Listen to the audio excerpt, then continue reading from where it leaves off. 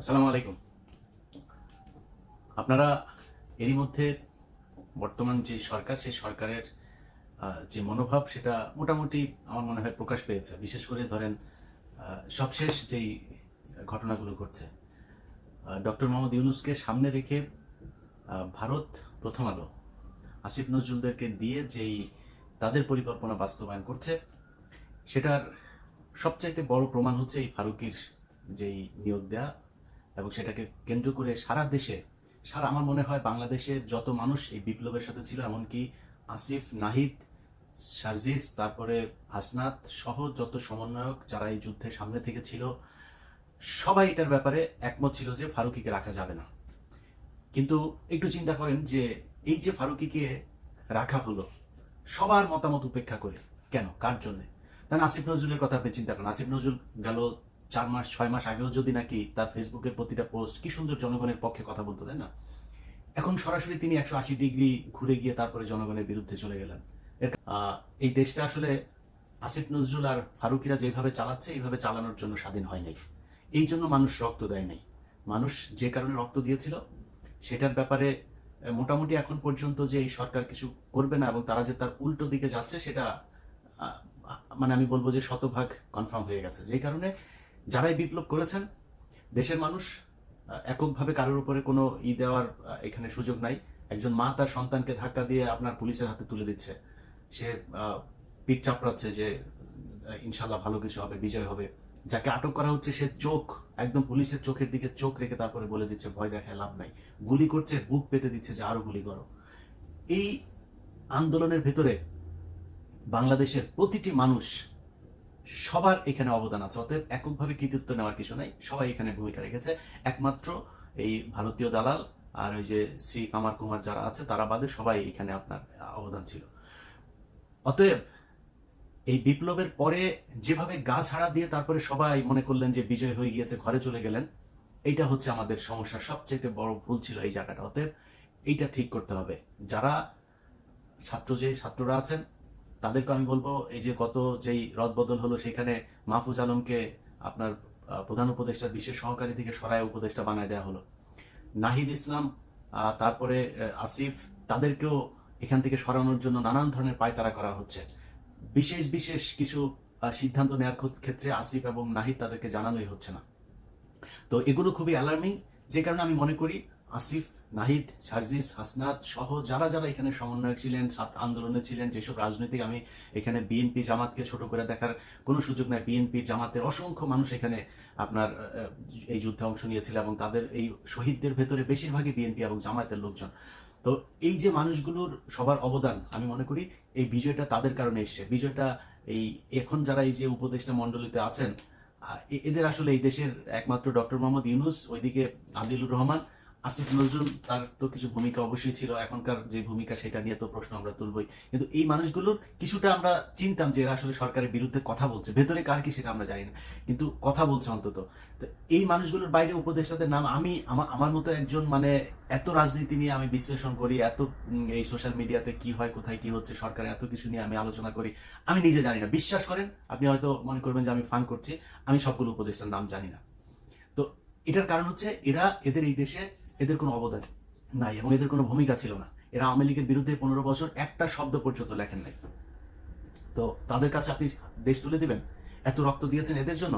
অতএব আপনাদেরকে এটা বাধ্য করতে হবে। বাধ্য কিভাবে করবেন? আপনি শিল্পকলা একাডেমি নিয়ে অনেক কথা হচ্ছে না? শিল্পকলা একাডেমিতে আসিফ নজরুল তার বন্ধুকে বসিয়েছেন, আর তার শাশুড়ি ওই মেহের আফরোজ শাওন, তিনি আবার ফেসবুকে পোস্ট করেছেন, দিয়েছেন। আসিফ নজরুল তার নিজের মন্ত্রণালয়ে ফারুকীকে দিয়েছেন। আচ্ছা, নিজের মন্ত্রণালয় ফারুকীকে দেওয়ার পরে এই ফারুকীকে কারা কারা আপনার করছে, ওর নাম কি, চঞ্চল, পলাতক চঞ্চল চৌধুরী, সে অভিনন্দন জানাচ্ছে।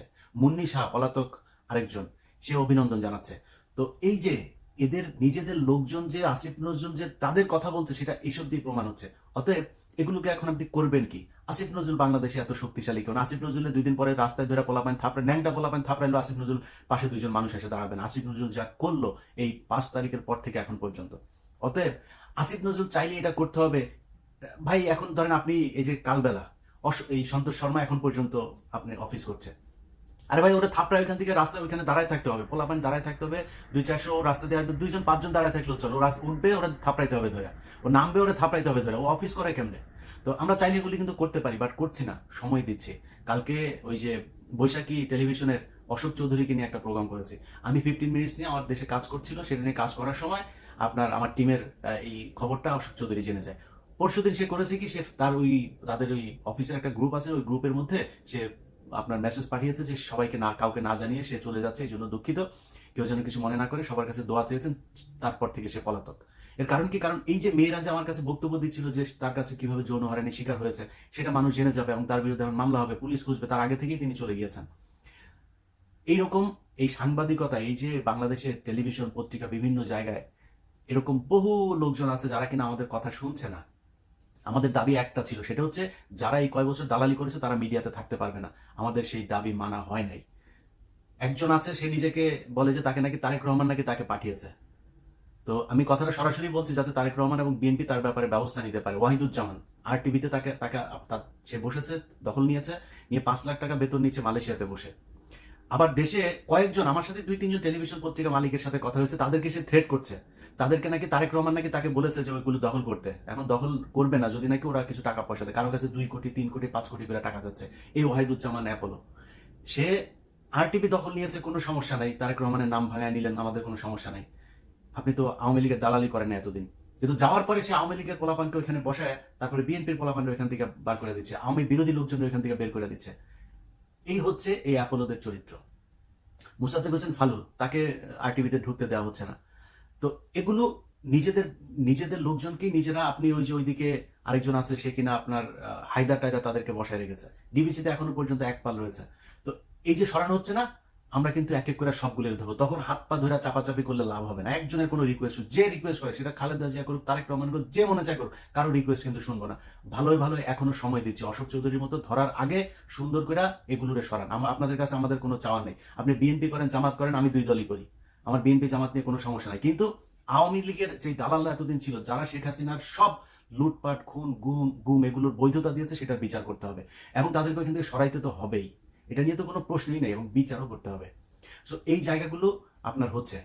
এখন যেটা বলছিলাম সেটা হচ্ছে যে এই সন্তোষ শর্মা, প্রথম আলো, ডেইলি স্টার, এদেরকে জোর করে এখান থেকে সরাইতে হবে। একটা জুজুর ভয় দেখায়, দাড়ি টুপিওয়ালারা, এদেরকে দেখলে পশ্চিমারা এই করে ফেলবে, ওই করে ফেলবে। আমি মানে আমি চাইও না সেরকম পরিস্থিতি তৈরি হোক, কিন্তু এই বাংলাদেশের মানুষ শাসন করবে। আপনি যা মনে চায় তাই করছেন, হিন্দুরা, তারপরে ওইদিকে ইসকন টিসকন, যা মনে চায় তা করবে, তাদের কিছু বলা যাবে না। আর আলেমরা মাঠে নামলেও, আলেমরা নামলে পশ্চিমারা এই করে ফেলবে, ওই করে ফেলবে। কি করে ফেলবে? পশ্চিমারা এই রক্ত দিয়ে তারপরে দেশ স্বাধীন করছে, তাদের এই স্বাধীনতা নাই, তারা এটা চাইতে পারে না। এখনো পর্যন্ত ভারতের দালাল প্রথম আলো, ডেইলি স্টার, তারা এইভাবে প্রকাশ্যে চলবে। তাদের এখানে এই আন্দালিত রহমান পার্থ, রুমিন ফারানা, মঈন খান, নুরুল হক, রাশেদ খান, এরা গিয়েছে। সব কয়টাকে মনে রাখা হবে, বলে রাখলাম। ভালো, আপনাদের সাথে এর মধ্যে অনেকের সাথে আমার খুব ভালো সম্পর্ক ছিল, সব কাট অফ, একটাকেও ছাড়া হবে না। যখন যেটাকে সুযোগ পাবো একদম ভরে দেওয়া হবে, এটা বলে রাখলাম, একদম প্রকাশ্যে হুঁশিয়ারি করে রাখলাম, লাভ নেই। তো এদেরকে যারা জায়গা দিচ্ছেন তাদের ব্যাপারে আপনার করতে হবে। শিল্পকলা একাডেমি, তারপরে বিভিন্ন গণমাধ্যম, ভাই আপনাকে জোর করে যাইতে হবে। ওই যে কমি সম্ভবত তারা, বা চরমান আমি জানি না, কলরব আছে, সাইমুম শিল্প গোষ্ঠী আছে, বাংলাদেশের এই আপনাদের শিল্প গোষ্ঠী নাই ইসলামী ভাবধারার। আরে ভাই, আপনারা যা দখল করবেন, শিল্পকলায় নাটক হবে, আপনারা যেটা করবেন সেই নাটক হবে, এই নর্তকীদের নাটক হবে না, ভারতের এই উদিচি আর এই ছায়ানট এদের নাটক হবে না। আপনারা নাটক করবেন, আপনারা গান গাবেন, আপনারা শিল্প চালাবেন, এই দেশের শিল্প চলবে আপনাদের কথায়। আমি অনুরোধ থাকলো, যারা এই ধরনের শিল্প গোষ্ঠীগুলো আছেন, আপনাদের এখান থেকে আপনারা দাবি করবেন কেন ডিজি কি হবে? আপনারা ডিজি বানাবেন ওইখানকার, আপনাদের কথায় শিল্পকলা একাডেমি ডিজি হবে। সো আপনাদের মধ্য থেকে হবে। আপনারা যে নাটক করা শুরু করেন, ওরা একটা এই বের করেছে, কয়দিন আগে একটা নাটক করেছে, নাটক করে বলছে ওদেরকে নাকি নাটক করতে দিচ্ছে না, নাটক করতে বাধা দেওয়া হচ্ছে। এগুলো সব গোয়েন্দা সংস্থার বানানো, এখনো তো র অ্যাক্টিভ না, ওদের বানানো, ওদেরকে বাধা দেওয়া যাবে। আমরা নাটক করব, নাটক করতে চাই, আপনারা যা নাটক করবেন, মানে খুব সূক্ষ্মভাবে চিন্তা করতে হবে। সময়টা মানে খুব দ্রুত চলে যাচ্ছে, অতএব কে কোনটার দখলে নেবেন, কে কোনটা কার কথায় চলবে, সেটা দায়িত্ব নিবে এই দেশের মানুষ, যারা কিনা রক্ত দিয়েছে। এখানে এই কোন ফারুকি টারুকি এইসব চুচিলরা এখানে জীবনে কোনো বাংলাদেশের মানুষের পাশে এসে দাঁড়ায় নাই, ওদের কথা এই দেশ চলবে না। সো আপনাকে জোর করে দখল করতে হবে। এই এখন যদি মনে করেন আপনি সন্তোষ শর্মারে থাপড়াইতে গেলেন, আপনি কালবেলাতে, তো সন্তোষ শর্মা কালবেলা গেলে কি পুলিশ ধরবে আপনার? পুলিশ ধরে কি করবে? গুম করে ফেলবে। আমরা ঘোড়ার ঘাস কাটি না বসে বসে। ডেইলি স্টারের মাহফুজ আনাম যদি অফিস থেকে ওঠার সময় যদি ওরে ধরে থাপড়ায়, পোলাপান যদি জুতা টুতা মারে, কি করবে? আপনার ধরে নিয়ে যাবে, রাইট? তো কি হয়েছে, সমস্যা কি? আমরা কিন্তু এটা করবো, আগে থেকে বলে রাখলাম, এটা কিন্তু করা হবে। মানে আপনারা না করলেও আমরা কিন্তু এটা অর্গানাইজ করবো, সময় দিচ্ছি। তার আগে এদেরকে সরাইতে হবে। প্রথম আলো এখন পর্যন্ত গত সপ্তাহে নিউজ করেছে, বগুড়াতে একটা ছেলেকে পাঞ্জাবি টাঞ্জাবি পরায়া, টুপি টুপি পরায়া, তারপরে র্যাবের সাথে আইনা মিডিয়ার সামনে ট্রায়াল দেওয়া হলো। কি? সে তার মাকে খুন করেছে, খুন করে তারপরে ফ্রিজের ভেতরে ঢুকে প্রতিটা, প্রথম আলো শুরু করলো, প্রতিটা টেলিভিশন পত্রিকা নিউজ করেছে। মাদ্রাসার স্টুডেন্ট, প্রতিটা বলা ভুল হবে, মানে কয়েকটা বাদে বেশিরভাগ মাদ্রাসার শিক্ষার্থী মাকে 500 টাকার জন্য খুন করে ফেলেছেন, খুন করে ফ্রিজের ভেতরে। কি ভয়ঙ্কর! মাদ্রাসার শিক্ষার্থী, বুঝতে পারছেন? তার 2 দিন পরে দেখলাম ভাড়াটিয়া খুন করেছে, তার মাকে খুন করেছে। এই খবরটা সত্য না, তাহলে এই খবরটা ছড়ালো কে? এগুলি হচ্ছে প্রথম আলোর সূক্ষ্ম কারচুপি। তারা প্রথমে করে গোয়েন্দা সংস্থার তাদের লোকজন আছে না, সেগুলো দিয়ে করায়। মিডিয়াতে তাদের একটা চক্র আছে, এরা মিলে এটাই করে। সো এই সূক্ষ্ম এই চক্রান্তগুলো, যে তোফাজ্জেল মারা গেল না ঢাকা বিশ্ববিদ্যালয়ে, সূক্ষ্ম চক্রান্ত। এই চক্রান্ত বোঝার ক্ষমতা সবসময় হবে না, বাট একটা জিনিস মাথায় রাখেন, প্রথম আলোকে যদি কিছু নাও করেন আপনারা, প্রথম আলোকে খেলতে দেওয়া হবে না। সরকার যতই ইয়ে করতে চান, তার পেছনে দাঁড়াইতে চান, প্রথম আলোর প্রতিটা নিউজকে এই ধরনের কাউন্টার দেওয়া হবে। বাধ্য হয়েছে না ওইটা বলতে? কেন করেছে জানেন? এইখানে লোক পাঠিয়েছিলাম বগুড়াতে, ওই ছেলের বাসায়। তো আমার ধারণা যে এটা তাদের তো গোয়েন্দা সংস্থা প্রথম একটা নাটক সাজাইতে গেলে এখানে কয়েকদিন পাহারায় থাকে, সেই পরিবারের আশপাশের লোকজনের কিছু বক্তব্য নেওয়ার পরে এই গোয়েন্দা সংস্থা এই নাটকটা আস্তে করে ঘুরে ফেললো, বলে যে না, ওর মাকে খুন করেনি, কারণ বের হয়ে যেত। অতএব প্রথম আলো যতগুলো এইভাবে নাটক সাজাইতে যাবেন, সব কটার কাউন্টার দেওয়া হবে। এই আগের মতো টঙ্গিবাদ এইসব বলে নাটক সাজায় মানুষকে হত্যা করবেন, বাংলাদেশের মানুষের বিরুদ্ধে যা কাজ করবেন, এটা করতে দেওয়া হবে না। যাই হোক, আমি আমার কাজ করছি ভাই, আমার জীবন যতদিন থাকবে ততদিন আমি আমার কাজ করে যাব। আপনাদের কাছে অনুরোধ ভাই, এই দেশের, এই বাংলাদেশ আমার কিছু দেখ, বাংলাদেশের কাছ থেকে আমি বিশাল কিছু চাই, আমার কোনো পদ দেন, কিচ্ছু চাই না ভাই, এই দেশটা ভালো থাকুক। কিন্তু সমস্যাটা কোথায় জানেন?